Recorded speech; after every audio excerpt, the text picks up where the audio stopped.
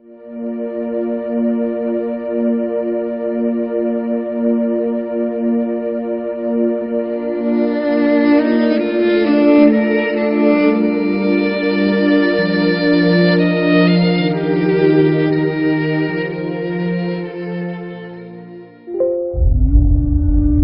muitos milênios, um dos orbes da capela, que guarda muitas afinidades com o globo terrestre, atingira a culminância de um dos seus extraordinários ciclos evolutivos.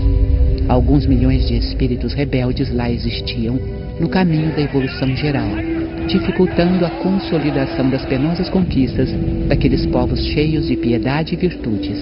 Mas uma ação de saneamento geral os alijaria daquela humanidade.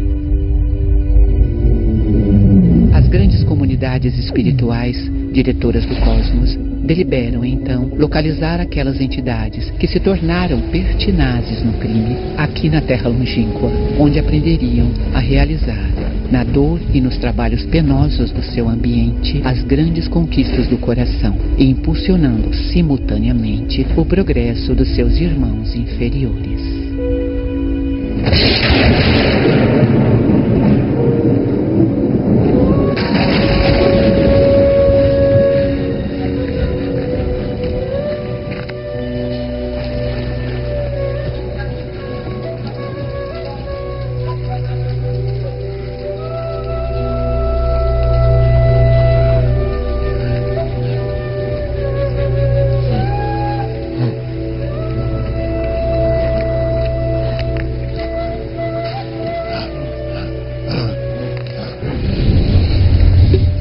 Na casa de meu pai há muitas moradas. Se não fosse assim, eu vô-lo teria dito.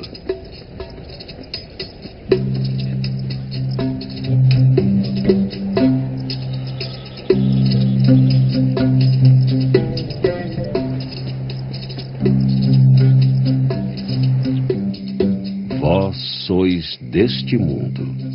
Eu não sou deste mundo. Muitos espíritos superiores vieram da capela para o planeta Terra. O fato de ser evoluído, você sabe que quando a gente reencarna, muita coisa se apaga. Eles saíram de lá e vieram para cá.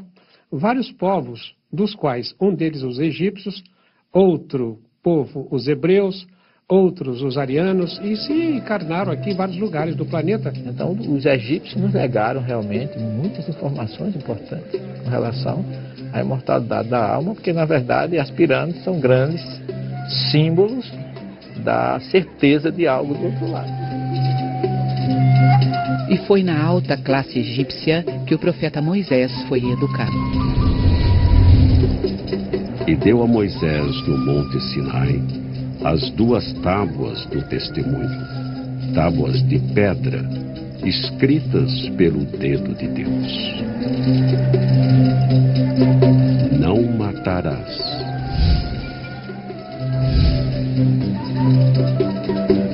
Não cometi assassinato, nem contratei ninguém para matar por mim.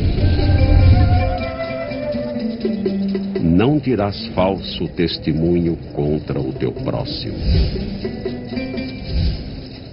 Não acusei ninguém falsamente, nem jamais apoiei nenhuma falsa acusação.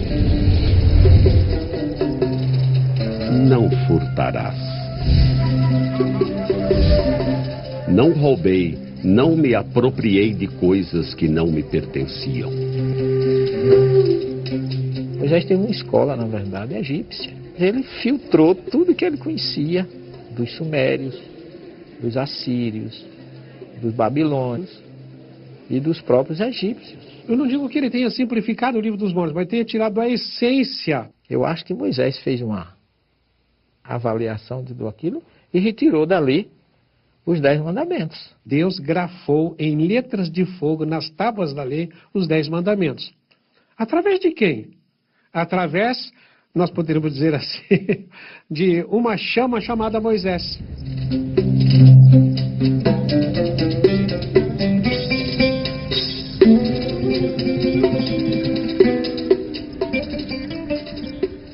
Todos os fenômenos que aconteceram em torno de Moisés foram fenômenos espirituais, que ele, na verdade, foi o grande canal para o monoteísmo, para a implantação do monoteísmo no mundo. Então ele ouvia e escrevia.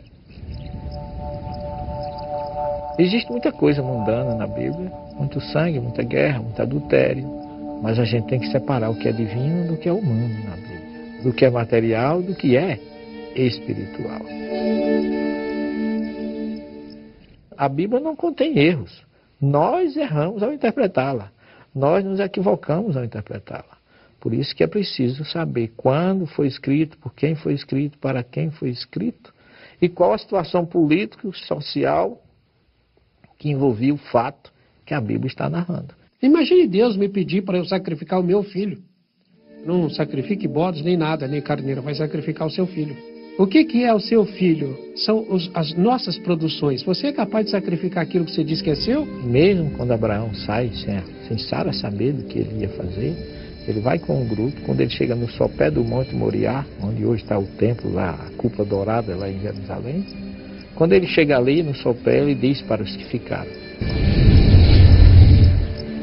Ficai-vos aqui com o jumento, e eu e o moço iremos até ali, e havendo adorado, tornaremos a vós. Abraão não disse, nós vamos e eu voltarei.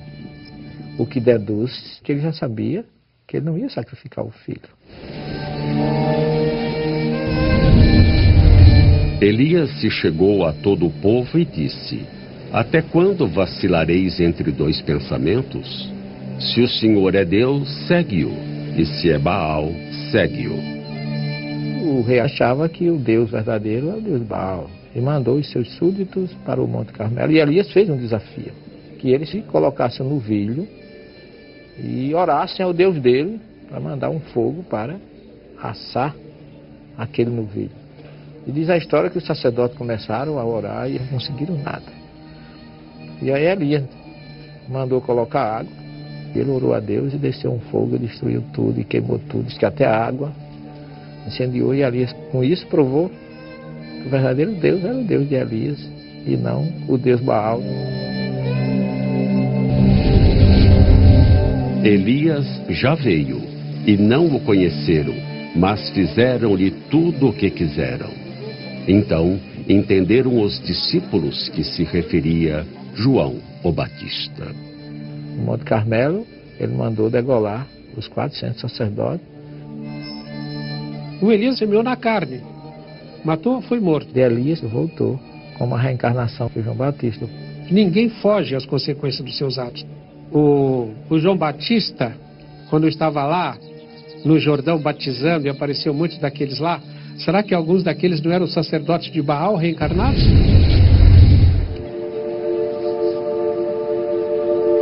E surgirão muitos falsos profetas e enganarão a muitos. O Vaticano. Daqui partem importantes decisões da religião cristã com o maior número de fiéis. A Igreja Católica dos dias de hoje estende ações de evangelização, de promoção social e assistencial em todas as partes do mundo. Mas o catolicismo já teve seus anos de escuridão. Anos em que atuou na modificação da história cristã, visando atender a interesses mundanos. Roma e a Igreja Católica, no passado, estiveram juntas por objetivos nada cristãos. Foi na Anatólia, atualmente a Turquia, que se deu início ao processo de manipulação da história de Jesus, que se estende até os dias de hoje. E esse processo se iniciou com Constantino. Por ironia, o primeiro imperador romano que abriu os braços para o cristianismo. Até Constantino, o cristianismo foi cristianismo. Depois de Constantino, aquele cristianismo do primeiro, segundo, terceiro século não chegou até nós.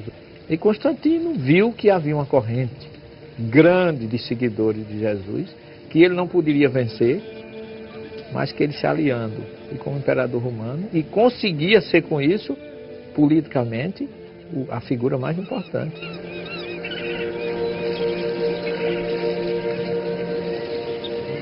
Nesse lugar, às margens do lago de Niceia, estão as muralhas que pertenceram ao Império Romano.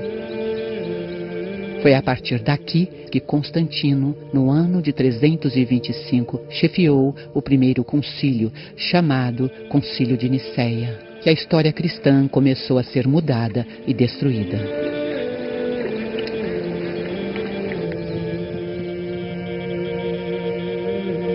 Atanásio foi um padre, ele era uma figura muito importante, mas ao mesmo tempo Atanásio ele legislava por cartas. E foi ele quem determinou essa divindade de Jesus que o Concílio de Nicéia criou.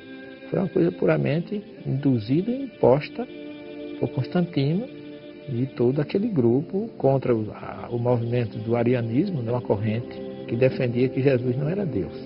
Ele dizia que Jesus era maior do que os homens e menor do que Deus.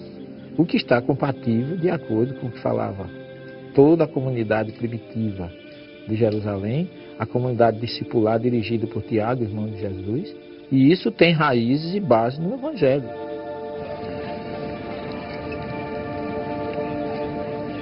Quando a igreja fechou questão com a doutrina de Atanásio, havia um problema. Deus teria nascido do sexo.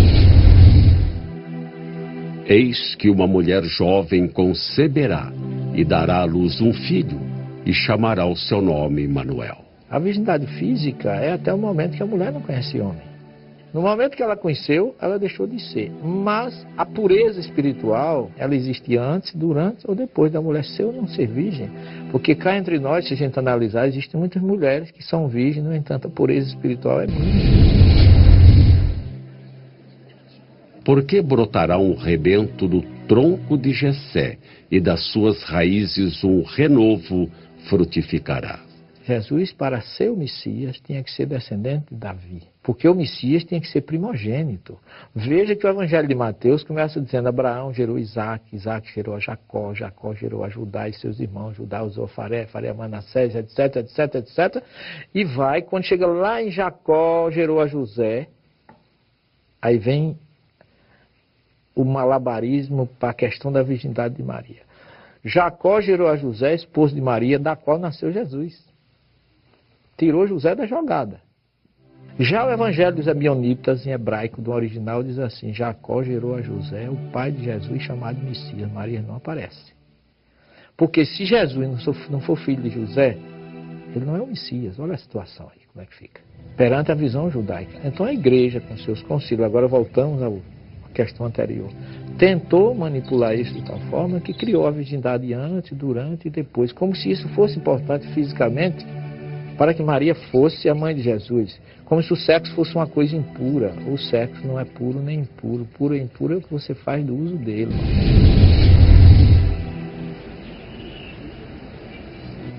O acharam no templo assentado no meio dos doutores, ouvindo-os e interrogando-os. E todos os que o ouviam ficavam extasiados com a sua inteligência e com suas respostas. Situado na margem noroeste do Mar Morto, encontra-se o sítio arqueológico de Qumran, onde foram descobertos em 1947 os manuscritos do Mar Morto. Um conjunto de papiros que são, de longe, a versão mais antiga e preservada do texto bíblico.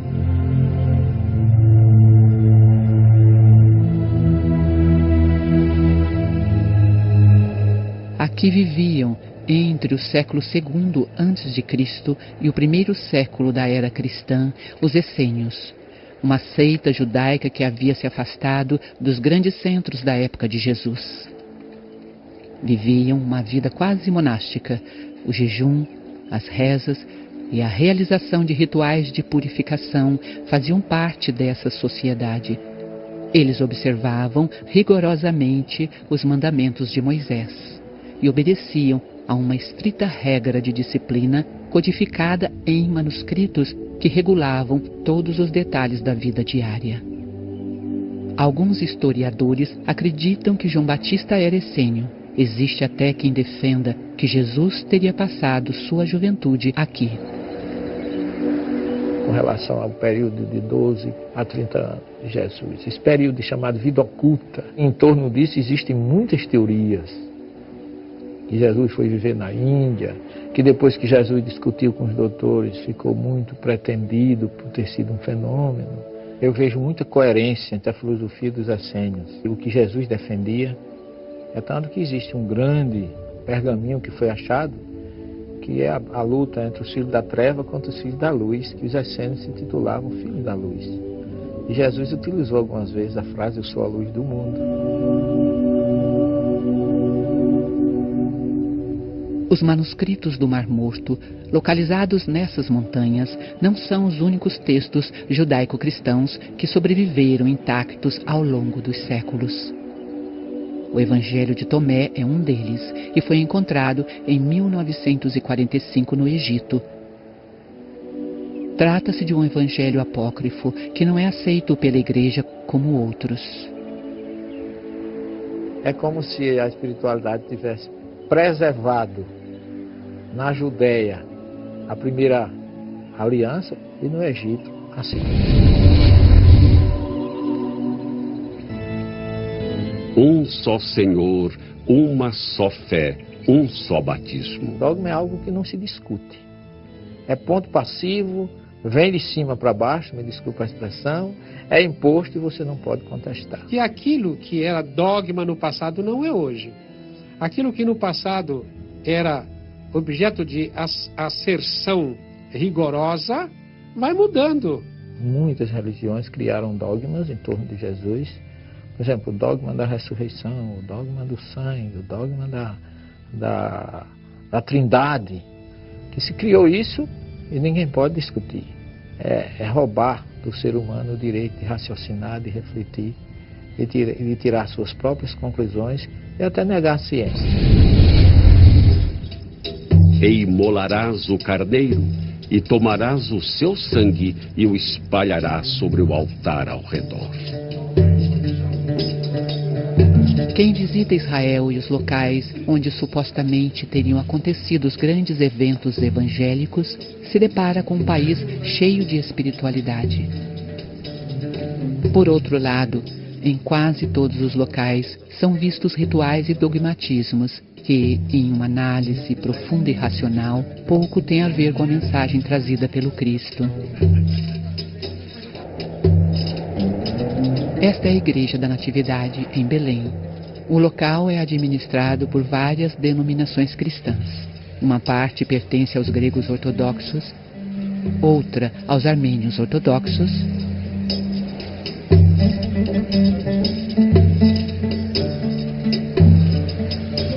e outra aos católicos apostólicos romanos.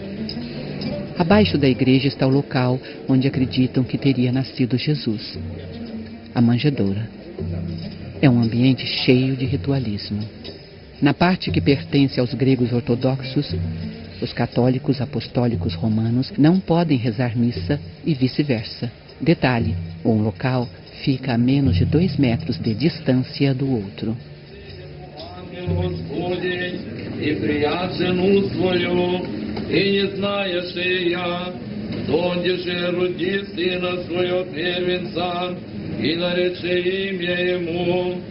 A limpeza então é quase uma missa. O ambiente só pode ser limpo quando os membros das outras denominações estiverem presentes. E ainda assim, cada um limpa um pouco o mesmo lugar.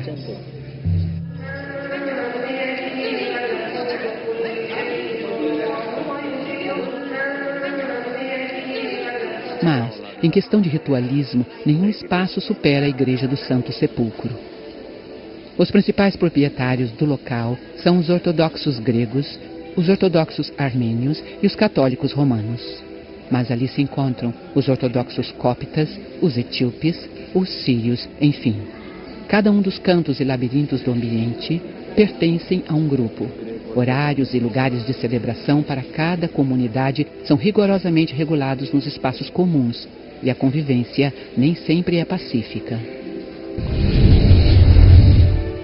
Nisto todos reconhecerão que sois meus discípulos, se vos amardes uns aos outros. Em novembro de 2008, gregos ortodoxos e armênios ortodoxos deram um verdadeiro espetáculo de artes marciais no local, a ponto da polícia israelense ter que intervir.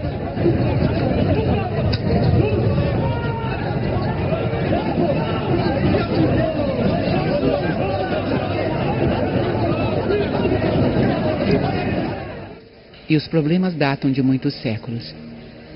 Em 1192, o sultão Saladino, na tentativa de trazer paz ao espaço, encarregou 2 famílias muçulmanas à guarda da igreja. A família Judé recebeu as chaves do Santo Sepulcro, já que a família Nuseibé, que tinha a custódia da igreja desde o tempo do califa Omar, em 637, foi dada a guarda da porta. Os descendentes das 2 famílias se sucederam nesse trabalho. 2 vezes por dia, um membro da família Nuseibé abre e fecha a porta. A chave fica sempre na guarda de um membro da família Judé. Alguns cristãos permanecem no interior da igreja. Ficam trancados durante toda a noite, sem qualquer possibilidade de acesso ao exterior. Até que na manhã seguinte, as 2 famílias muçulmanas abram a igreja.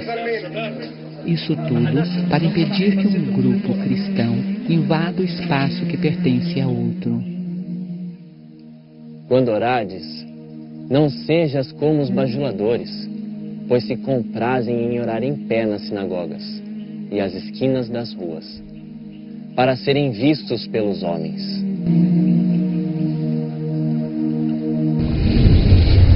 Tomaram por senhores seus rabinos e seus monges, em vez de Deus, assim como fizeram com o Messias, filho de Maria, quando não lhes foi ordenado adorar senão a um só Deus.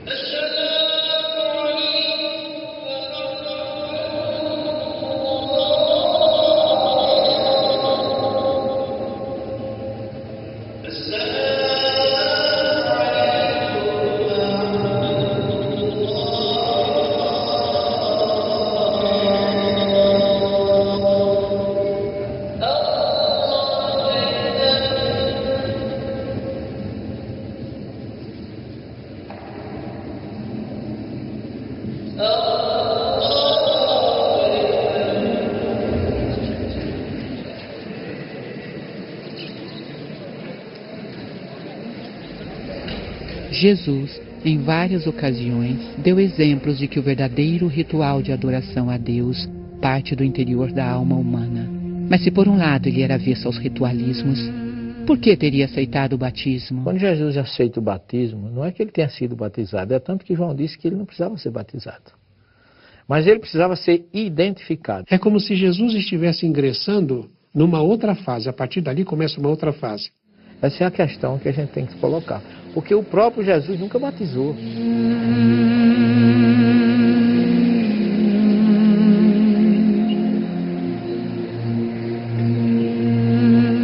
Se, em alguns casos, pode-se dizer que o batismo é separatista, pois batizados em uma religião não podem, por exemplo, se casar com os de outra religião, é no Rio Jordão, local onde Jesus teria sido batizado, que temos uma demonstração de como a separação ainda reina naquela região.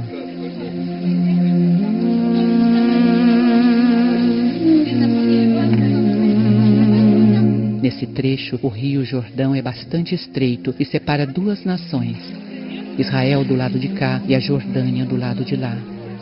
Durante as filmagens desse documentário, as relações entre Jordânia e o Estado judeu estavam tranquilas. Mas em Israel e na Palestina, assim como na Jordânia, Egito, Síria e Líbano, países que fazem divisas entre si, as guerras se contabilizam há milênios. Note que em ambos os lados, soldados bem armados estão atentos para que não haja invasões de um lado e outro. Esse controle de fronteira é algo normal e necessário em qualquer país do mundo, se não fosse aquela região que é em sua história, pois ali não existe apenas um controle de fronteiras, mas também e principalmente a preocupação de que pessoas ligadas a grupos extremistas radicais religiosos entrem em Israel com armas e bombas com intenções belicosas. Se tivéssemos compreendido a mensagem de amor que nos trouxeram Jesus e outros profetas, o mundo seria um lugar sem fronteiras.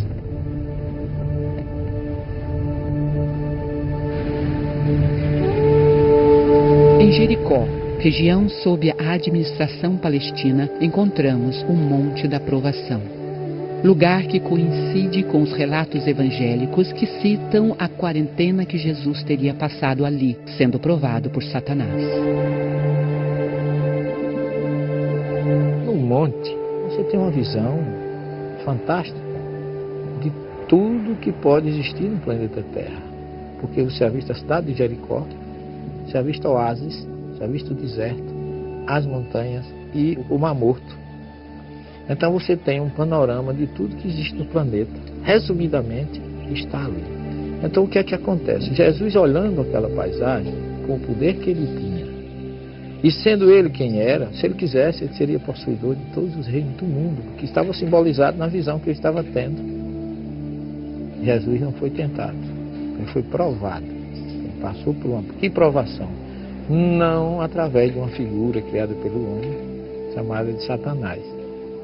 Porque Satã, em hebraico, significa opositor. Não é um ser. É uma ideia contrária a algo que tem que acontecer. E isso é bem visto lá em Cesareia de Filipe, quando Jesus disse que precisava ir para Jerusalém e ser entregue na mão do sacerdote, sofrer e ser crucificado. E Pedro disse que não ia deixar que isso acontecesse. E Jesus disse: Afasta-te de mim, Satanás, porque não compreendes as coisas que são de Deus, mas as que são dos homens. Não que Jesus estivesse chamando Pedro de Satanás, mas que Pedro estava com ideia contrária àquilo que tinha que acontecer. Afasta-te de mim, ideia contrária. Eu não vim para isso. Meu reino não é deste mundo. Então eu não posso aceitar isso. Agora veja bem, colocar que isso foi Satanás que ofereceu a Jesus é uma incoerência muito grande. Quer dizer, eu respeito quem pensa assim, mas eu não entendo, por uma coisa muito simples. Se Satanás existisse, ele seria a pessoa menos qualificada para se aproximar de Jesus. Onde tem luz não pode ter trevas. E muito menos oferecer alguma coisa a Jesus que ele não tinha. Porque se Jesus era o Filho de Deus, então por herança ele tinha direito a todos os reinos do mundo. Então não precisa Satanás lhe oferecer absolutamente nada. Então Jesus começa a pensar aquilo ali, refletir sobre o que ele poderia optar de aceitar ou não aceitar. Então não é o monte da tentação, é o monte da meditação, é o monte da provação. A origem de Satanás é uma figura folclórica dos persas. Satanás representa o deus do mal. Os persas trouxeram o zoroastrismo. E o zoroastrismo é uma religião que é baseada no dualismo, o Deus do bem e o Deus do mal. Em tudo que se faz na vida, há uma opção. E Jesus deixou ali, para nós, a lição de que a gente deve optar pelo espiritual.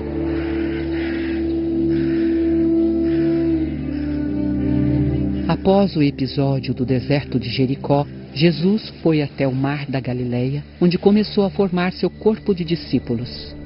Os primeiros foram Simão, mais tarde chamado de Pedro, e André.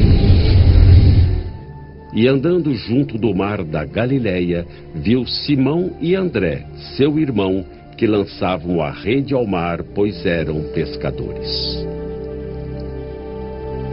Outros 2 pescadores foram recrutados por Jesus, os irmãos Tiago e João.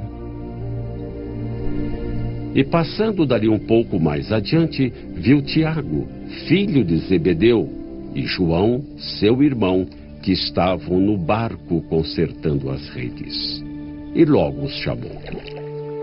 A seguir, identificou Filipe, Bartolomeu e Tomé. Na sequência, foi a vez de Levi, conhecido como Mateus, um coletor de impostos. E depois disto, saiu e viu um publicano, chamado Levi, assentado na recebedoria, e disse-lhe: segue-me. Foram ainda incorporados ao grupo Tiago, filho de Alfeu, Judas Tadeu e Simão o Zelote, conhecido como político ou revolucionário que lutava contra os romanos. E, finalmente, aquele que teria um dos mais importantes papéis na implantação da Boa Nova de Jesus, Judas Iscariotes. Por que ele não foi para a Judéia, ele foi para a Galileia? Por que é que ele começa numa região da antiga Palestina, pobre, discriminada, com gente pobre, discriminada e doente? Sem cultura nenhuma, analfabeta a maioria, por uma coisa muito simples. Do ponto de vista material, se você for ensinar alguma coisa a mudar conceito de quem já tem conceito, é difícil.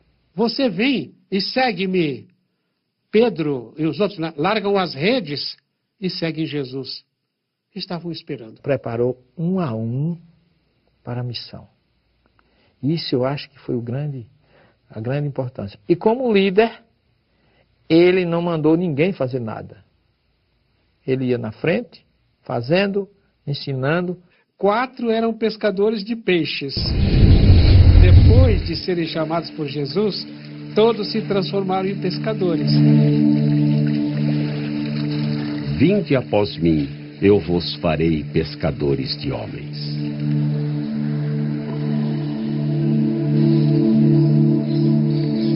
Os arqueólogos acreditam que estas são as ruínas de uma casa que foi construída no local em que residira o apóstolo Pedro.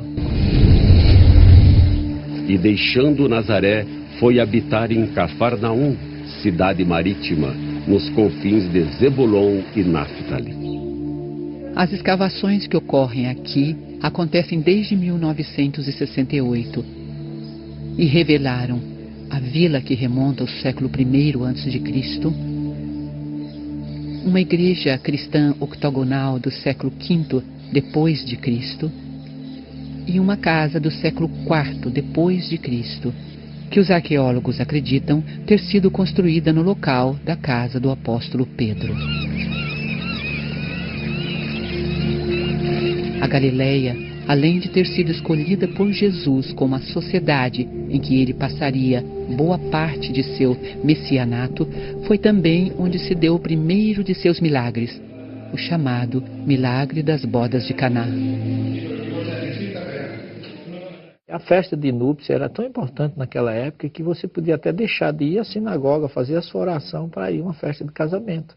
Então Jesus não só mostra solidariedade com a necessidade do outro, força na transformação e solidariedade com dois espíritos, duas pessoas, dois seres que se unem para constituir uma família. Enchei de água essas talhas, e encheram-nas até em cima. E disse-lhes: tirai agora e levai ao mestre Sala. E levaram. Uma das explicações lógicas ao suposto milagre é que os tonéis, durante o armazenamento e transporte, criaram um forte mosto no fundo dos vasos. Uma vez adicionada água aos recipientes, bastava que os agitasse. O mosto se misturaria à água, resultando em um vinho leve. Você sabe que quimicamente se transforma uma substância em outra, uma reação química naturalmente. Os laboratórios produzem suco de morango, sem ser morango, mas tem gosto de morango. E eu posso perguntar a você, será que Jesus transformou a água em vinho ou ele colocou gosto de vinho na água?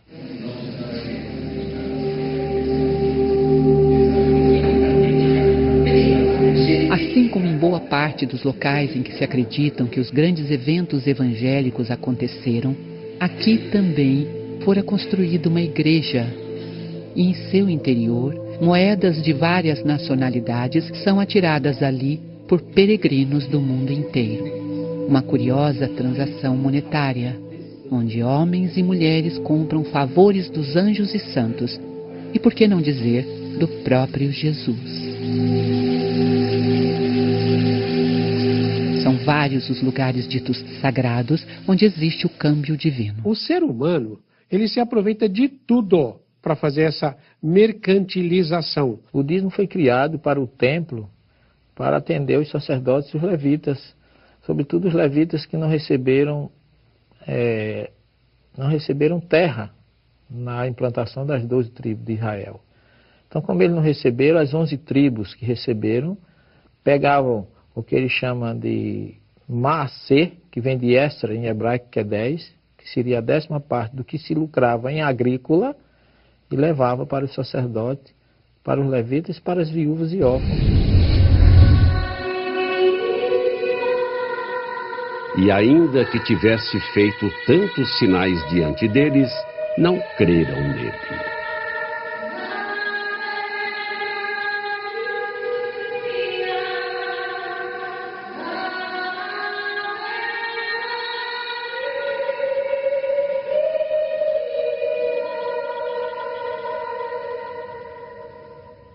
Ao lado da igreja de Santa Ana, cuja extraordinária acústica acabamos de ouvir, existia o tanque de Betesda, local onde Jesus protagonizara um importante feito.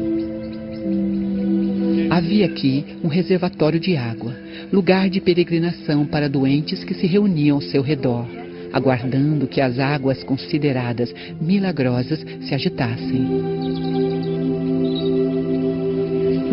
A agitação seria provocada por um anjo e o primeiro doente que entrasse no tanque ficaria curado.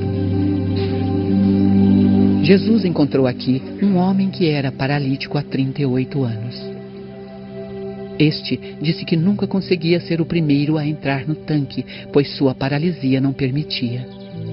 E Jesus então disse: levanta, toma o teu leito e anda. E aquele homem foi e anunciou aos judeus que Jesus era o que o curara. E por esta causa os judeus perseguiram a Jesus, porque fazia estas coisas no sábado. O radicalismo e a ortodoxia religiosa é quase sempre razão suficiente para a discórdia. Tomemos, por exemplo, o próprio Shabá, o sábado. Trata-se de um dia sagrado aqui e, como tal, o comércio não funciona. O transporte público quase não existe e até recentemente aqueles que se arriscavam a viajar, uma proibição da Torá, eram apedrejados nas autoestradas por judeus ortodoxos. Estudiosos judeus, assim como os de outras religiões, ao longo da história, muitas vezes ficaram presos à letra. Se nós formos levar em consideração a letra, Jesus expulsou os vendilhões do templo a chicotadas. E como é que pode um espírito tão manso, tão pacífico, que falava dos brandos, dos pacíficos, estar empunhando um chicote e fazendo isto? A Bíblia não é um livro, é uma biblioteca. Cada livro desse teve um autor, que escreveu com um objetivo, em determinada época, compatível com costume, história, situação geográfica, política e social daquele momento. O porco, porque tem unhas fendidas, e a fenda de suas unhas se divide em duas, mas não rumina. Este vos será imundo. Das suas carnes não comereis. No deserto não tem água e pouco só se cria com água. A questão da toxina, da questão de saúde, também é um fator que não pode ser esquecido, porque o porco também é transmissor de determinadas verminoses. Daí porque a ovelha, o cabrito, pode se criar no deserto, o porco jamais. Ao invés de você falar, como disse o Cristo, vigiai e orai sem cessar, você diz, olha, tira um dia da semana para você vigiar e orar sem cessar. Pelo menos um dia. Então vem a briga, né? É o sábado, outro diz não, é a sexta, outro diz não, é o domingo. Na verdade te digo, aquele que não nascer de novo, não pode ver o reino de Deus. Como pode um homem nascer sendo velho? Pode, porventura, tornar a entrar no ventre de sua mãe e nascer? Na verdade te digo, aquele que não nascer da água e do Espírito, não pode entrar no reino de Deus.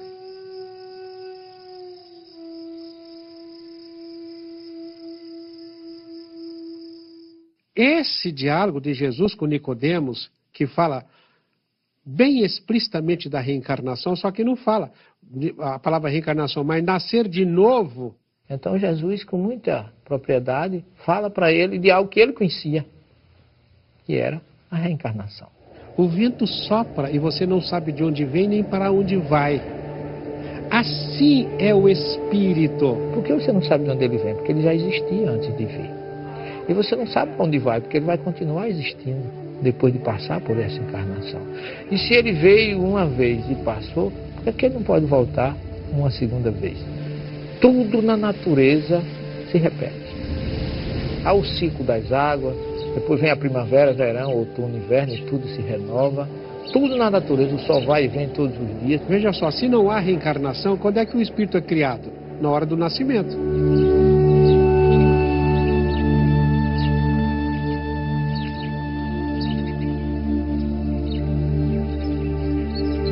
E se o teu olho te escandalizar, arranca-o e atira-o para longe de ti. Melhor te é entrar na vida com um só olho, do que tendo 2 olhos, seres lançado no fogo do inferno.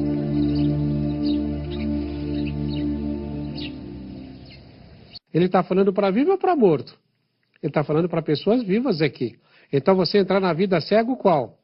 Se não tiver reencarnação, na vida espiritual cego, só pode se entrar cego noutra vida. Se Deus é justo, por que é que ele vai dar fortuna a um e pobreza a outro, beleza a um, feiura a outro, saúde a um, doenças a outro?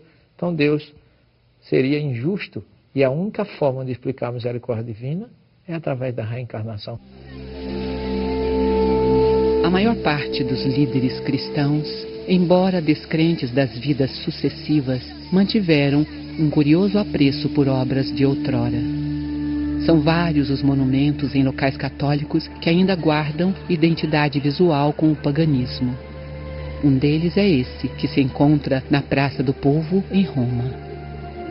No 1º século a.C., o imperador César Augusto manda trazer do Egito para cá o obelisco que, à época, já tinha mais de 1.300 anos, construído a mando do faraó Ramsés II. No ano de 1589 d.C., o Papa Sisto V manda que se coloque no centro da praça o obelisco pagão, ao lado da igreja de Santa Maria do Povo. A igreja teria sido construída no local onde Nero se suicidou e foi sepultado. No mesmo espaço, o passado egípcio se une ao Império Romano e ao catolicismo. No Panteão, um dos símbolos do paganismo, construído em 125 anos depois de Cristo, hoje abriga a igreja de Santa Maria de Todos os Santos. Hoje você é um rei que pode ter sido um súdito de um Egito no passado, ou de uma Babilônia. Então, você tem um apreço e de repente você olha e você vê uma estátua do passado, aquilo acorda em você alguma coisa. Aí me lembra o obelisco na Praça do Vaticano. Você sabe se não era o Papa Sisto, não era um faraó reencarnado por ali, que estava querendo trazer da sua ex-pátria, inconscientemente. Se não virdes sinais e milagres, não crereis. Seria Jesus um ser dotado de algum poder sobrenatural? Ou seus feitos milagrosos são mais uma criação a respeito do Cristo? Um dos chamados milagres mais extraordinários de Jesus teria acontecido neste local. Alguém veio e disse que Lázaro estava morto. Lázaro, o nosso amigo, dorme, mas vou despertá-lo do sono.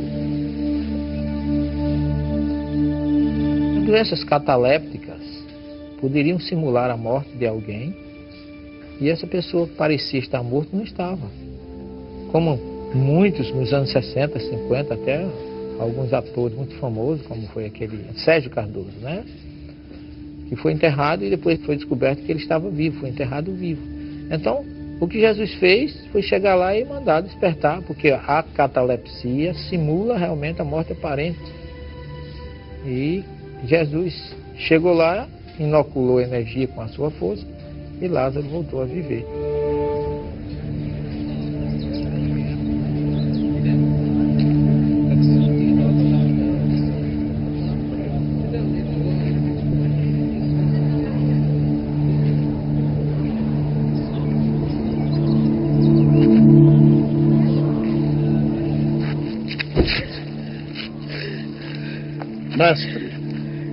Esta mulher foi apanhada no próprio ato adulterando.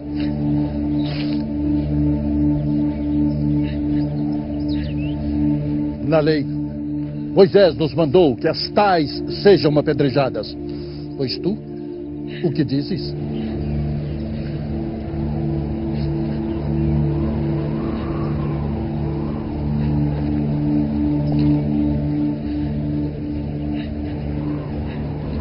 Aquele de entre vós que está sem erro, que seja o primeiro que atire pedra contra ela.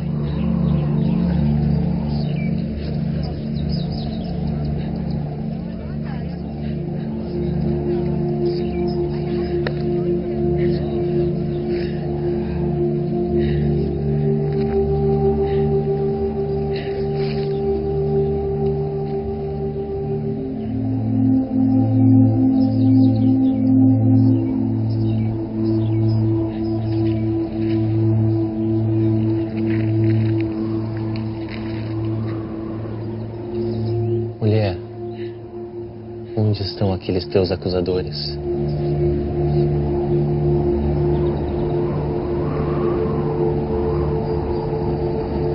Ninguém te condenou? Ninguém, Senhor. Nem eu te condeno. Vai-te e não erres mais.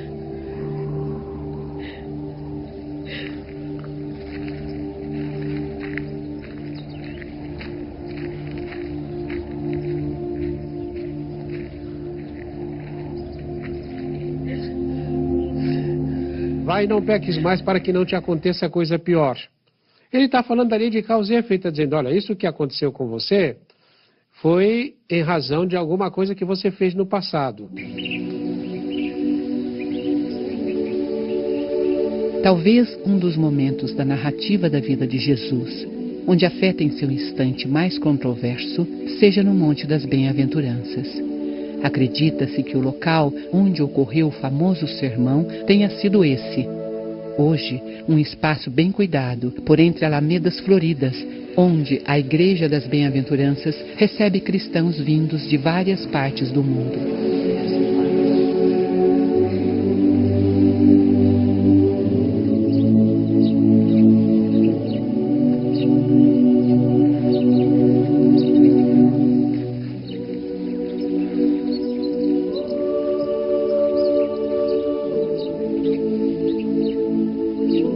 Avante, enfrente os humilhados de espírito, porque deles é o reino dos céus. A bem-aventurança é uma conquista que você só vai ter no mundo espiritual. Agostinho falava disso. Você não é essa carapaça que está envergando, não é esse corpo físico, não é o detentor do título de doutor, ou seja lá o que for. Não é nem o detentor de uma identidade sexual, essa ou aquela. Você é um ser eterno e está na matéria para se sobrepor à matéria. Jesus chega, tem assistindo, esperando por ele, enlutados, órfãos, viúvas, famílias que tinham os pais escravizados pela injustiça romana.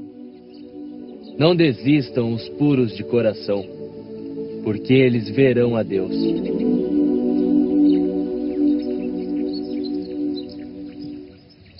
Os romanos estavam humilhando, porque para o judeu, passar por aquilo era uma humilhação. Mas Jesus quer dizer para ele, se existe um reino romano que humilha, existe um reino espiritual libertador. Os puros de coração serão capazes de olhar e falar, nossa, porque será que a pessoa passou por esta prova? No que será que ela está se purificando? Coitado daquele que fez esse ato tão danoso para o outro. Então você tem que transformar todos aqueles que Jesus fala de bem-aventurado em avante, em marcha. Vão em frente. Não desistam vocês que são bem humilhados.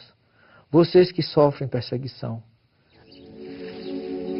Em marcha os mansos, que eles herdarão a terra. Esse discurso de Jesus não é um discurso de reação, é um discurso de ação, mas ação positiva. Jesus não ensinava ninguém a reagir. Ele ensinava as pessoas a agir. Não desista. Os que promovem a vida receberão a vida. Em compensação, Os que promovem a morte receberão a morte. Ele podia dizer: se armem, reajam, matem os romanos que matam vocês. Não, promova a vida. Porque quem promove a morte, recebe a morte. Onde estão os romanos hoje? Não desistam os que têm fome e sede de justiça, porque eles serão saciados. Então você vai entender por que você gerou as causas nesta vida, por que você está sofrendo coisas que você não gerou nessa vida, por que você nasceu assim, nasceu assado. Uma coisa é você dizer para alguém que está sofrendo que ele é bem-aventurado porque sofre, ou então que ele persevere, que ele confie no amanhã, na misericórdia divina, porque sim, ele vencerá todas as dificuldades e a bem-aventurança virá. O Sermão da Montanha é o discurso mais lindo que existe no planeta, né? Que brilha a vossa luz. Senhor, ensina-nos a orar, assim como também João ensinou aos seus discípulos. Pai nosso, que és dos céus.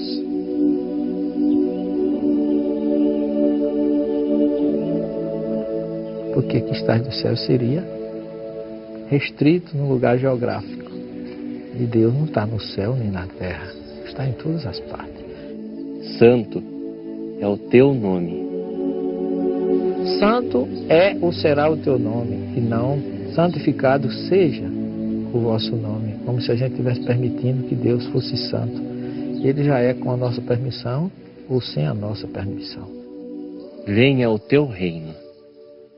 Venha o teu reino indistintamente, para os animais, para os vegetais, para a natureza como um todo, e não só para nós. Tua vontade se fará, na terra, como também nos céus. Permite que Deus faça a vontade dele, é uma incoerência.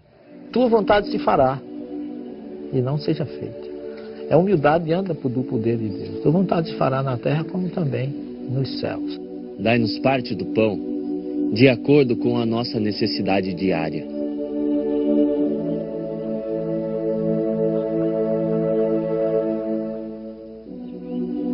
E não o pão nosso de todos os dias me dá hoje. Não. Porque Jesus não podia pedir a comida do mês todo para um dia só, quando ele ensinou que a gente não deve se preocupar com o dia de amanhã no mesmo sermão, porque cada dia tem o seu quinô. Perdoa os nossos erros.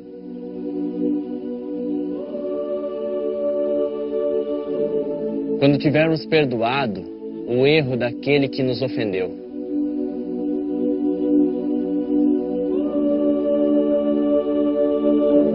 O meu perdão está condicionado que eu já tenha dado.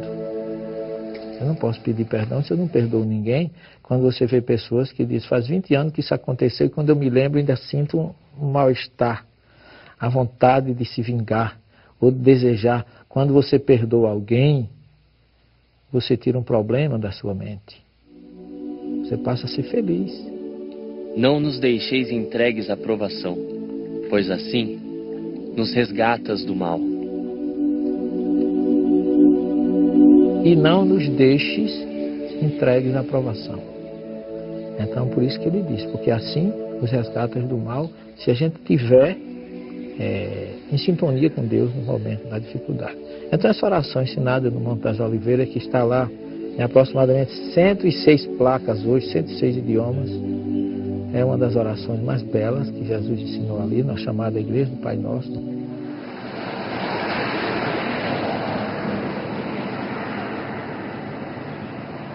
Desde o século III da era cristã, acredita-se que o Monte Tabor é o local em que ocorreram dos fatos mais cercados de simbologias da vida do Cristo, o episódio da Transfiguração, descrito nos evangelhos canônicos de Mateus, Marcos e Lucas, e que também é encontrado no Evangelho Apócrifo de Pedro. Descrevem-nos os evangelistas que Jesus subiu ao monte com Pedro, João e Tiago. E suas vestes tornaram-se resplandecentes, extremamente brancas como a neve, tais como nenhum lavadeiro sobre a terra as poderia branquear. E apareceu-lhes Elias, com Moisés, e falavam com Jesus. A narrativa apresenta um problema para aqueles que acreditam que a ressurreição é do corpo e da alma.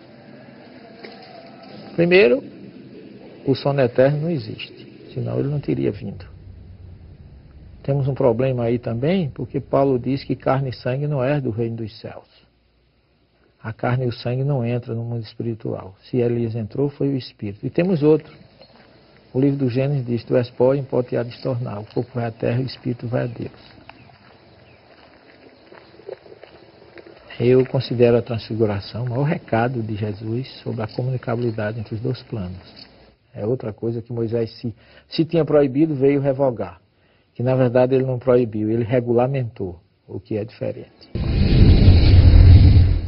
Elias virá primeiro e todas as coisas restaurará. Nós estamos em pleno Monte Tabor. E aqui Jesus fala que certamente Elias terá de vir para restaurar todas as coisas, antes de dizer que ele veio como João Batista. Ainda falta se realizar alguma coisa. Naquele momento que Jesus disse para os discípulos que Elias há de vir restaurar todas as coisas. Para nós espíritas fica bem claro. Jesus se refere à terceira revelação. Quem foi que veio restaurar todas as coisas?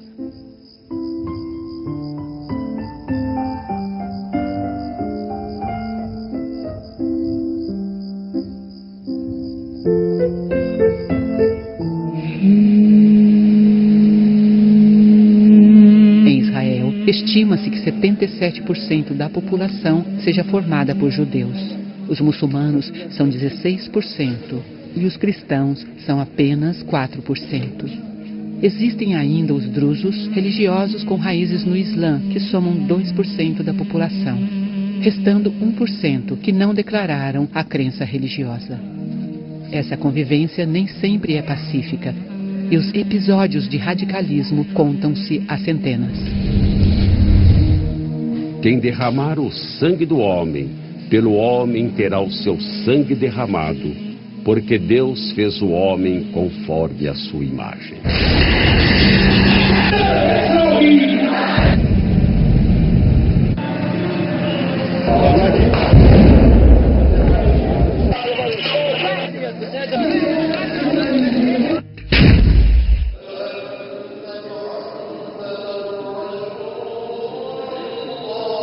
A oração chorosa que ecoa por toda Jerusalém poderia reverenciar as lágrimas que escorreram após tanto ódio ao longo dos milênios.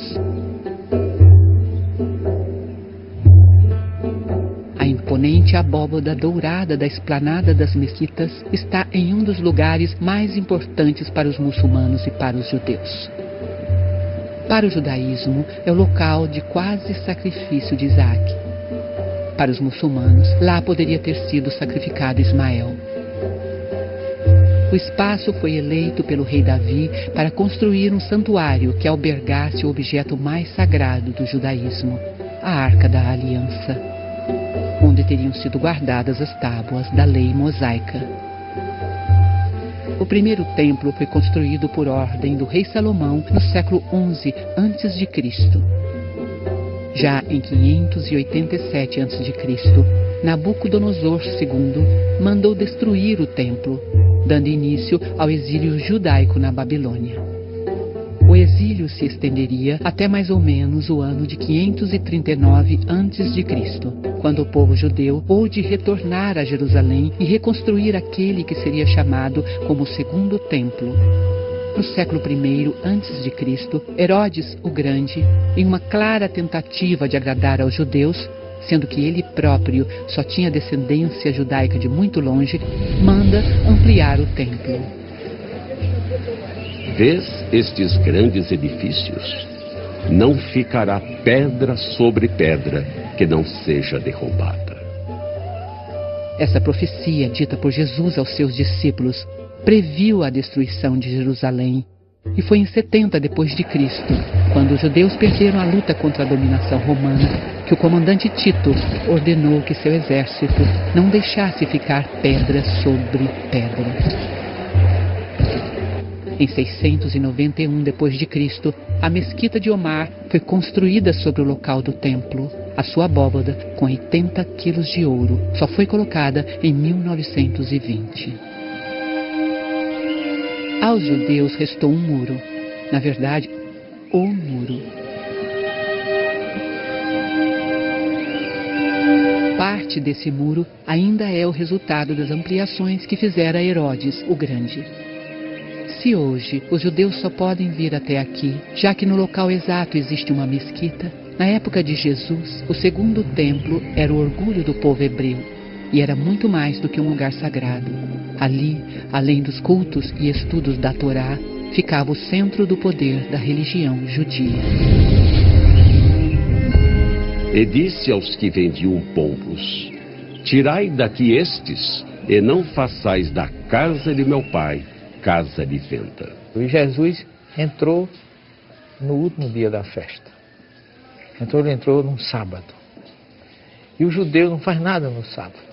E na sexta-feira, em Jerusalém, a partir das 15, 16 horas, não se vende nem se compra absolutamente nada.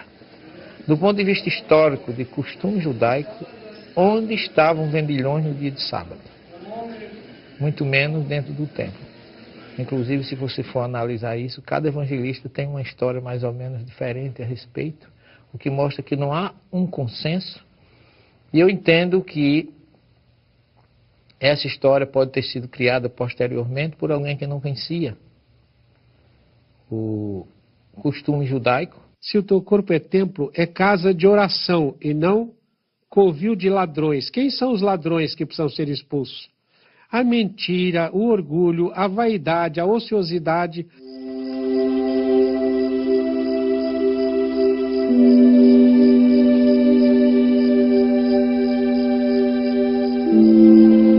Esse é o local em que acredita-se que teria acontecido a última ceia, descrita pelos 4 evangelistas canônicos.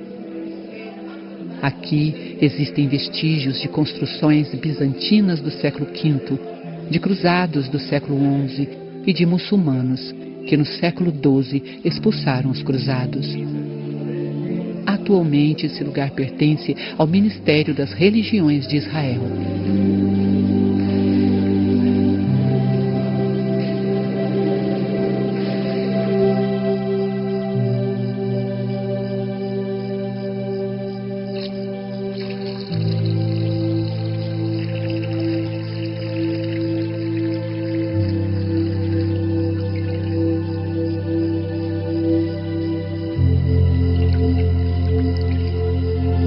Que ele ficasse como um sinal para que aquele que quiser ser o maior seja o servidor de todos. Vem a prece, o que há de mais belo na Santa Ceia é a prece quando ele fala, né? Pai, eu quero que você os abençoe para que eles sejam um entre si, como eu sou um convosco, e sendo um entre si, eu vou ser um com eles, e se sou um com eles, nós viremos e vamos fazer morada no coração deles, vamos fazer morada neles.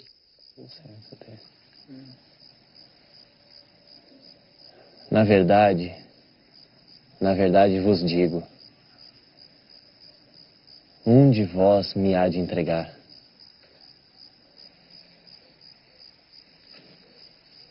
Senhor, quem é? É aquele a quem eu der o bocado molhado.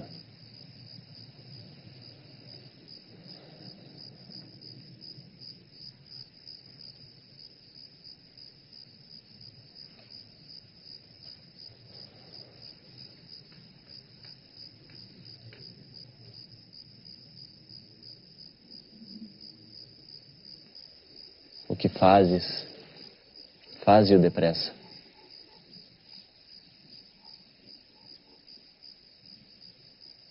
Judas não traiu Jesus. Ele trairia Jesus se não tivesse feito o que fez. Essa visão do judeu ainda hoje é que o Messias seria um guerreiro e que libertaria o povo de Israel em qualquer situação de opressão. E Roma oprimia. Então ele via naquele momento que ele entregando Jesus, as pessoas iriam se revoltar e havia uma grande revolução e Israel se libertaria. Mas aí o que acontece? O Cristo mostra para ele que o reino não é deste mundo. Quando ele vai perante Pilatos, ele tinha que fazer, tinha que ser ele, foi escolhido por Jesus para isso. Porque nós nos esquecemos que o projeto era de Jesus e não de Judas. E se aquilo não acontecesse, não teria acontecido a identificação de Jesus como o Messias. Foi por ele ter feito o que fez que nós recebemos todo o ensinamento do Cristo.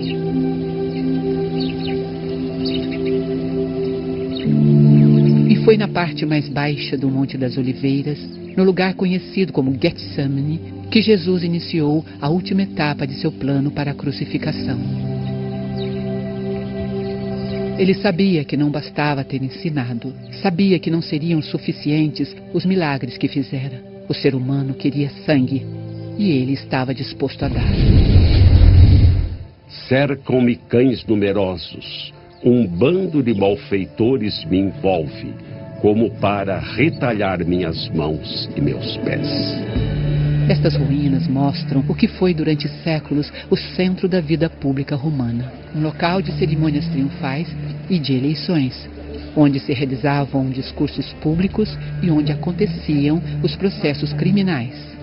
Era também o centro dos assuntos comerciais. E como ninguém é de ferro, Vespasiano, aproximadamente no ano 70 d.C., mandou construir o Anfiteatro Flaviano, mais conhecido hoje em dia como o Coliseu. Aqui eram apresentados espetáculos para cerca de 55 mil espectadores. Quase sempre, o auge desses encontros eram as lutas entre gladiadores, um show de violência e de sangue. E não mudou muito até hoje. No futebol, por exemplo, vez por outra, são ofertadas batalhas dignas das arenas romanas.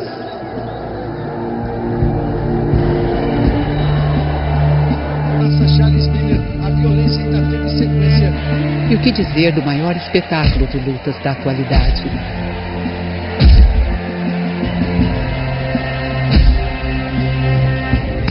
E os jornalísticos, então? Nada como um belo e bom crime para vender exemplares e atrair propagandas.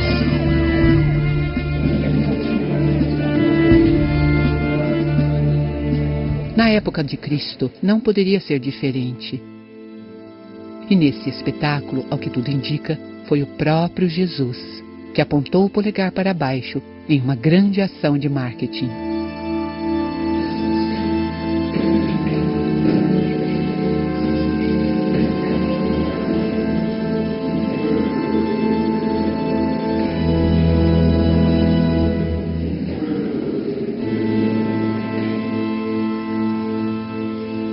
Roma permitia que as províncias dominadas tivessem a sua religião e organização social.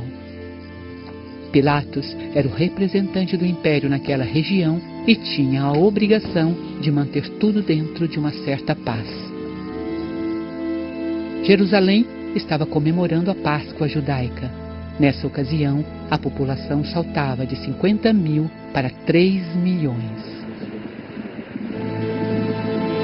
Jesus entra acompanhado por uma multidão, montado em um jumento, nesta porta em que as Escrituras diziam que entraria o Messias libertador.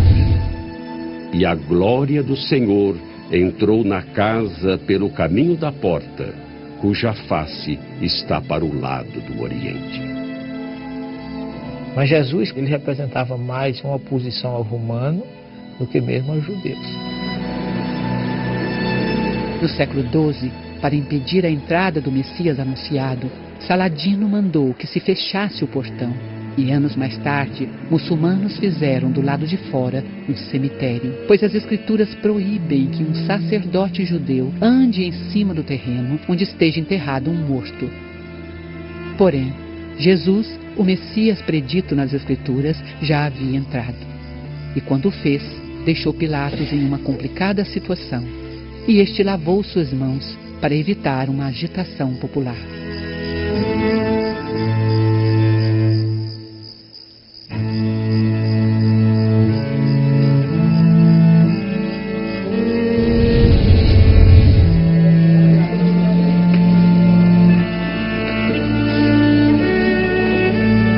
E levando ele às costas a sua cruz, chegou ao chamado Lugar da Caveira, em hebraico chamado Gólgota. Nessas paradas, né, quando caía, ele está dizendo assim para a gente: olha, você também pode cair algumas vezes, mas levanta, tá? Porque cada qual levará sua própria carga. Simão ele seguia Jesus. E quando ele soube que Jesus foi preso e que estava naquela situação, ele foi acompanhar Jesus na Via Dolorosa. Quando Jesus cai, o Simão vai e não pega a cruz. Ele pega um braço da cruz e Jesus no outro braço. E os dois vão andando e carregando a cruz. Mais um grande ensinamento de Jesus para cada um de nós, que devemos compartilhar e suavizar a dor alheia. Deram-lhe a beber vinagre misturado com fel, mas ele, provando-o, não quis beber. E ele recusa. É como se estivesse dizendo, olha, isso aqui não significa nada. É matéria. O vinagre e o fel, e tinha outras substâncias que aliviava, porque era uma espécie de entorpecente, um anestésico. Então esse sofrimento não tem importância. É matéria. Deixa eu passar por ele para mostrar para vocês que vocês não precisam fugir. Não fujam. E foram crucificados com ele 2 salteadores, um à direita e outro à esquerda.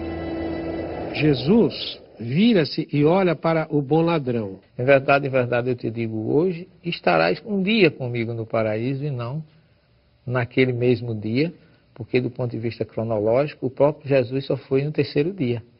O ladrão não poderia ter ido antes dele. Deus meu, por que me desamparaste? Davi falou no Salmo 22, Jesus repete na cruz. Naquele momento ele estava recitando o Salmo como se dissesse, olha, isso que está acontecendo aqui já estava escrito lá atrás. Em outras palavras, ele não estava se sentindo desprezado nem abandonado, mas ele estava se identificando com aquele Messias, aquele servo do Cordeiro, predito e profetizado por Davi. Me cercaram, até as minhas vestes estão sendo objeto de sorteio. Os soldados estavam ao pé da cruz sorteando as vestes de Jesus. Os que me olham meneiam a cabeça. A minha língua está presa ao palato. E depois há uma virada no Salmo em que ele fala, mas em ti confio. No 23 começa como? O Senhor é o meu pastor e não me faltará. Concordo que foi uma forma de chamar atenção para todos. Inclusive, você observe que ele morreu fisicamente, mas se imortalizou espiritualmente.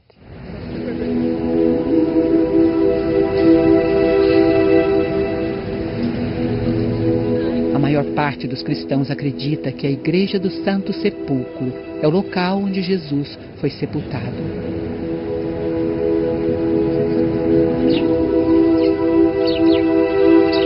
Já para cristãos ingleses, este é o lugar.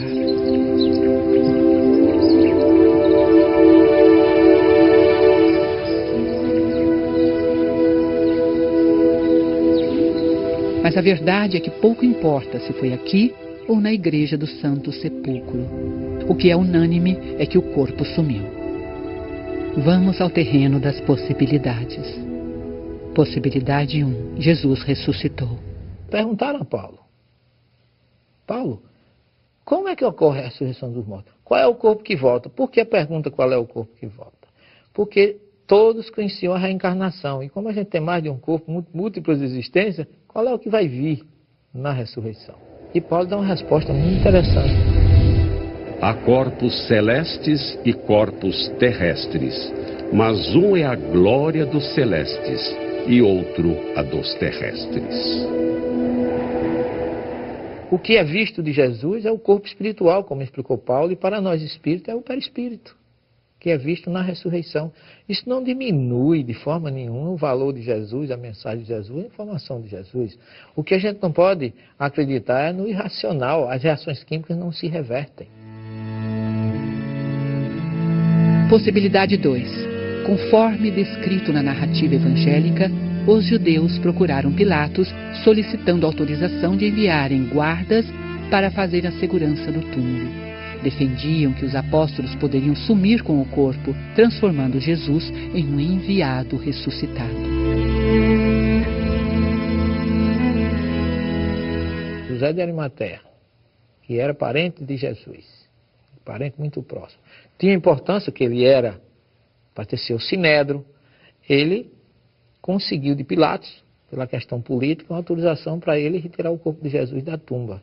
Quando eles vão lá e encontram o túmulo vazio, é porque o José já tinha tirado o corpo. O que foi feito do corpo de Jesus fora do espírito é ter voltado à terra e ter sido degradado.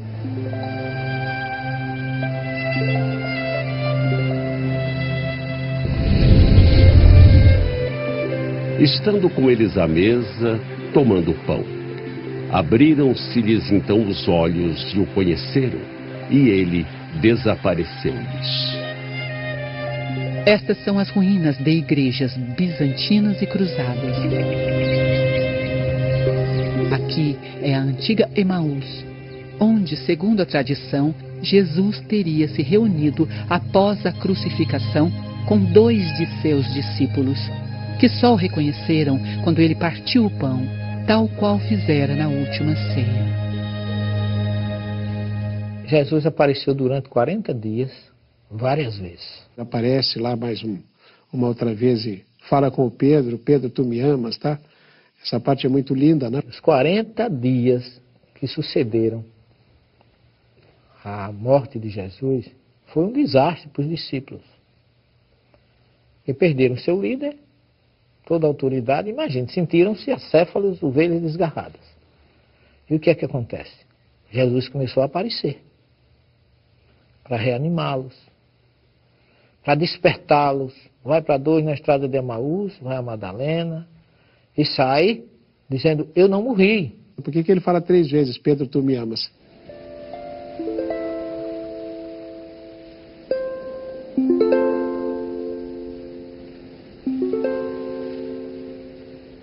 Pedro, filho de Simão, tu me amas?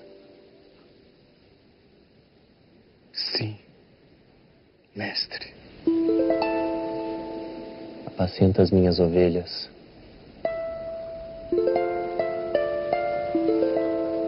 Tu me amas, Pedro?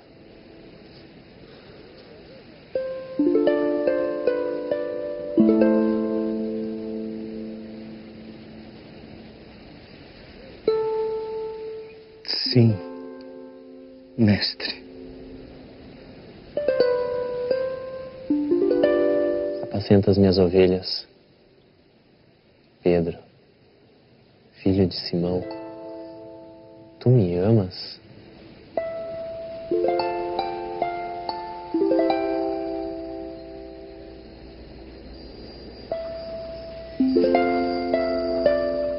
Sim, mestre.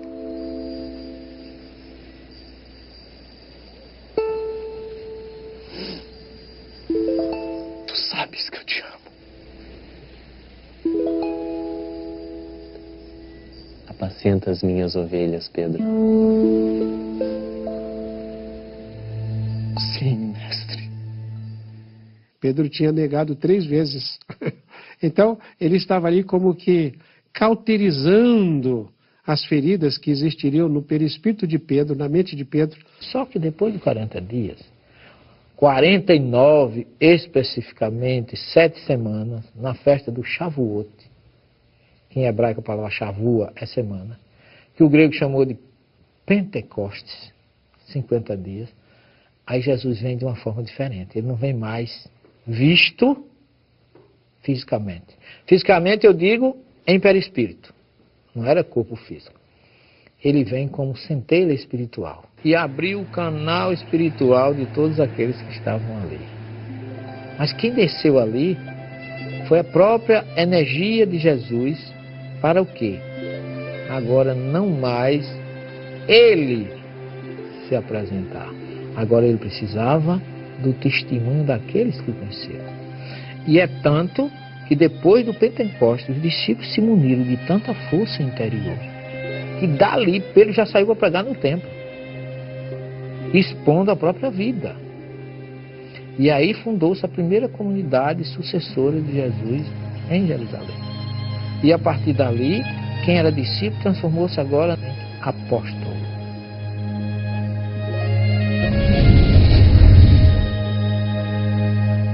ide por todo o mundo, pregai o evangelho a toda criatura. Após a partida física de Jesus, os apóstolos continuaram pregando e curando, tendo sido por várias vezes presos e torturados. Batizaram-se com o próprio sangue, como Jesus havia previsto. O único apóstolo que não teve uma morte violenta foi João. E mesmo diante de tanta crueldade, os primeiros cristãos deram continuidade na transmissão da Boa Nova, e o cristianismo foi crescendo. Aliás, a propagação cristã para longe das fronteiras de Jerusalém e da Galileia deve muito ao Sinédrio e a Roma. Afinal, foi graças à perseguição destes que os discípulos deixaram Israel e a Palestina, levando em sua bagagem a Boa Nova de Jesus.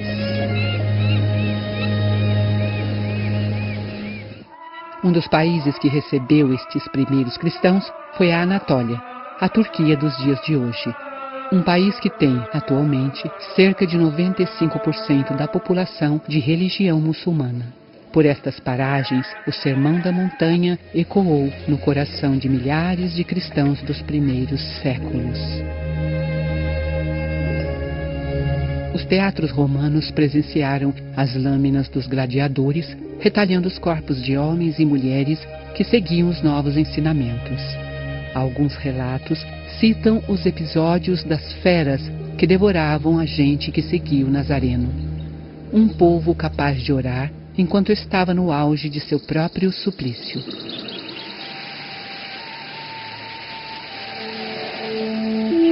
O ápice da rejeição contra os cristãos se dá em 64 d.C., quando o atormentado imperador Nero ateia fogo em Roma e atribui o incêndio aos seguidores de Jesus.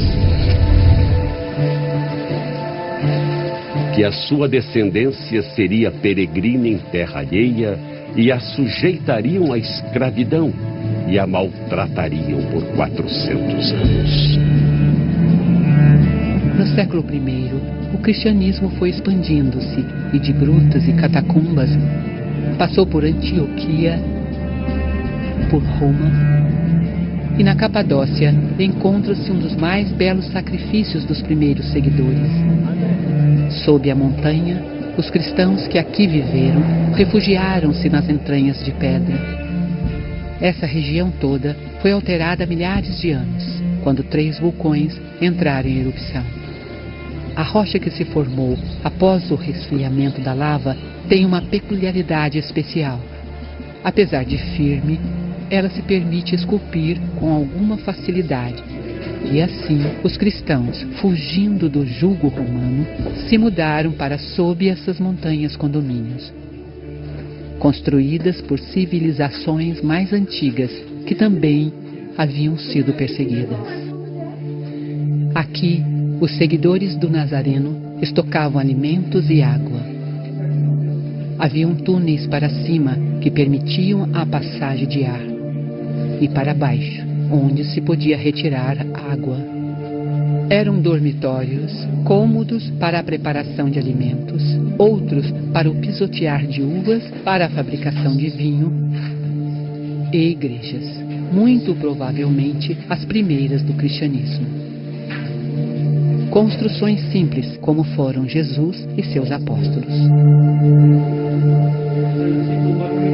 Essa gente se sacrificou e muito para que a árvore evangélica criasse raízes capazes de se expandir para todo o mundo. Viviam aqui, enclausurados, apertados entre as paredes em que mal se pode passar uma pessoa. A luz que hoje se vê, facilitando a visitação dos turistas, não existia. Viviam uma vida de futuro incerto.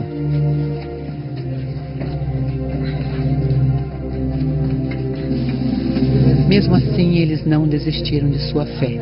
E, embora vivendo sob a escuridão das catacumbas, acenderam com seus corações uma luz que jamais se apagou. Uma luz de simplicidade e humildade aprendida diretamente dos primeiros discípulos, na sua maioria simples pescadores.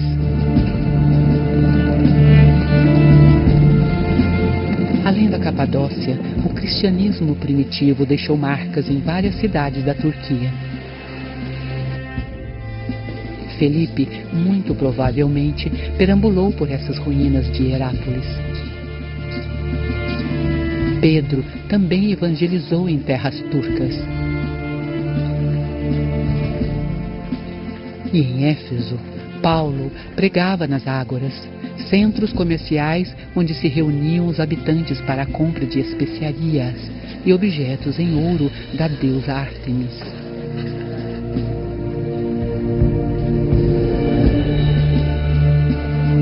Aqui, Paulo foi preso. Os comerciantes o acusaram de pregar contra os deuses romanos e prejudicar as vendas. Outro que esteve por terras turcas foi João, que mais tarde, na ilha Patmos, na Grécia, teve as visões proféticas do Apocalipse.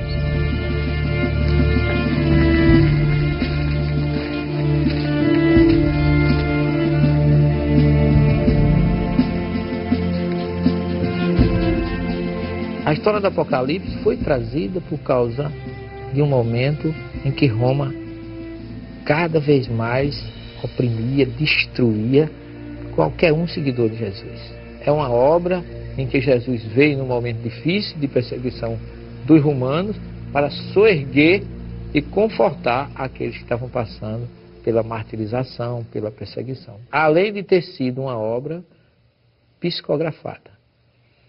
A obra tem uma mediunidade, vários tipos de mediunidade, porque no primeiro capítulo João diz assim: Eu sou o Alfa e o Ômega, o primeiro e o derradeiro. E o que vês, escreve-o num livro e envia-os às 7 comunidades que estão na Ásia.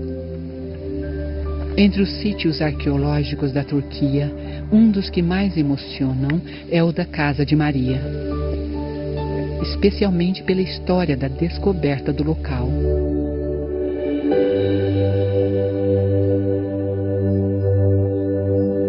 No início do século XIX, Ana Catarina Emmerich, uma freira católica alemã, enferma e febril, teve uma visão de onde seria o lugar em que vivera após a crucificação, Maria, a mãe de Jesus.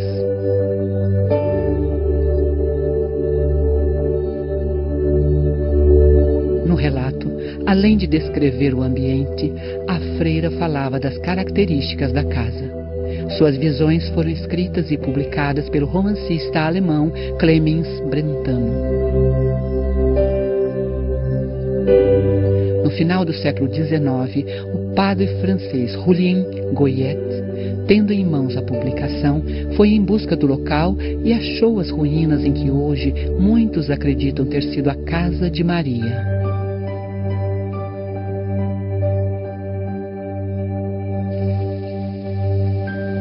Defende-se que a casa é exatamente igual às descrições feitas pela freira.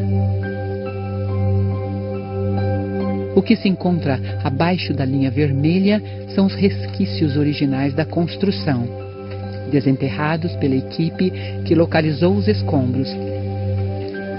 Já a parte de cima é uma restauração. Cristãos e muçulmanos reverenciam esse local como sendo aquele em que vivera seus últimos anos Maria, mãe de Jesus. A Igreja Católica Romana acredita que Maria permaneceu em Jerusalém. Porém, os livros de Atos e o Apocalipse deixam claro que João veio para a Turquia após a crucificação de Jesus. E o Evangelho de João cita ainda que o apóstolo foi eleito por Jesus como filho de Maria. Disse a sua mãe: Mulher, eis aí o teu filho. Depois disse ao discípulo: Eis aí tua mãe. E desde aquela hora o discípulo a recebeu em sua casa. O que mais impressiona naquela que poderia ter sido um dia a casa da genitora de Cristo é a singeleza e a simplicidade do local. Singeleza que foi uma constante na vida de Jesus. Um homem que escolhera viver na humilde Galileia, mas que, por outro lado, às vezes, apresentava uma comunicação de difícil compreensão até para os doutores da Judéia. Aquele Consolador, o Espírito da Verdade, que o Pai enviará em meu nome, esse vos ensinará todas as coisas e vos fará lembrar de tudo quanto vos tenho dito. Mensagens que passaram a ser explicadas a partir do século XIX, quando um educador francês, pedagogo respeitado pela corte e intelectualidade europeia, resolveu estudar os encontros das mesas girantes.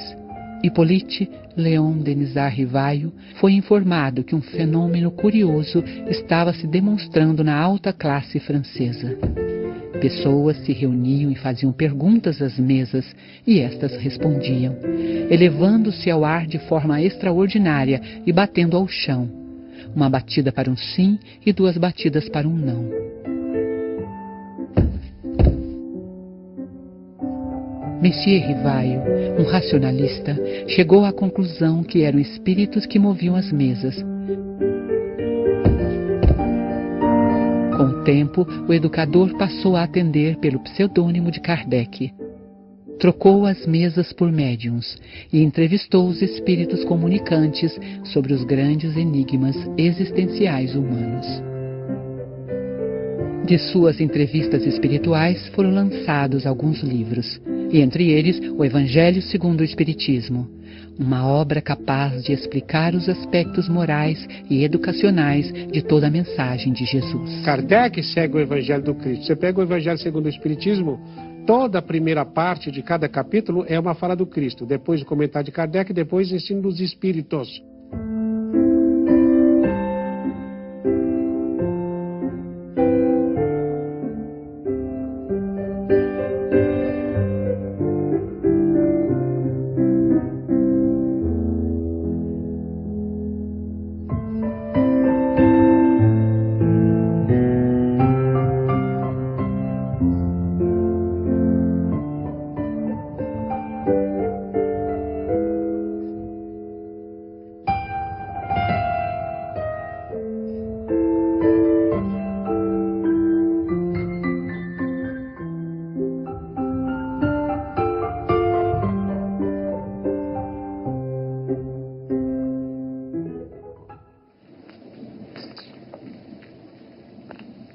Entre ti não se achará quem consulte a um espírito adivinhador, nem mágico, nem quem consulte os mortos.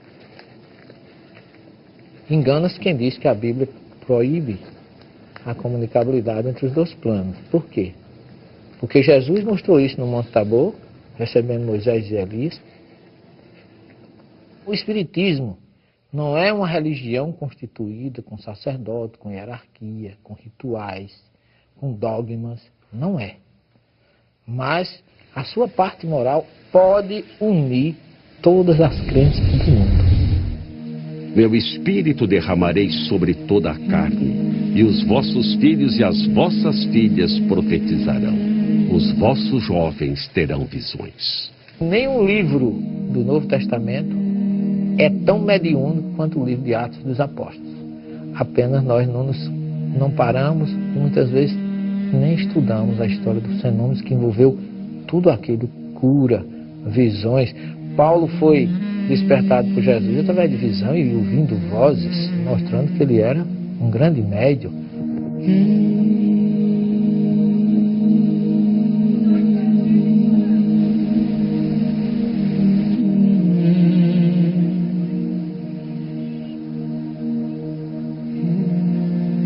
Santa Ceia é a nossa ceia com Ele.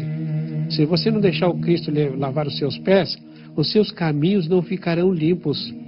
E se você não tem pés lavados pelo Cristo, é outra vez, né? O Cristo entrando no templo que é a sua vida.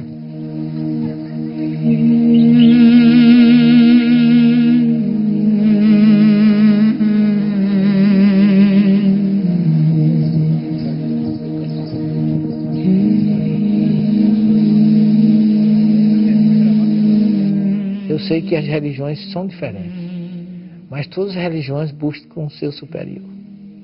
E é nesse ser superior que a gente tem que se concentrar para acabar com as diferenças e com as divergências. Então, acho que está no momento de que todos nós, independente de religião, darmos as mãos e ouvir o clamor de Jesus, dizendo a todos nós: Shalom, paz.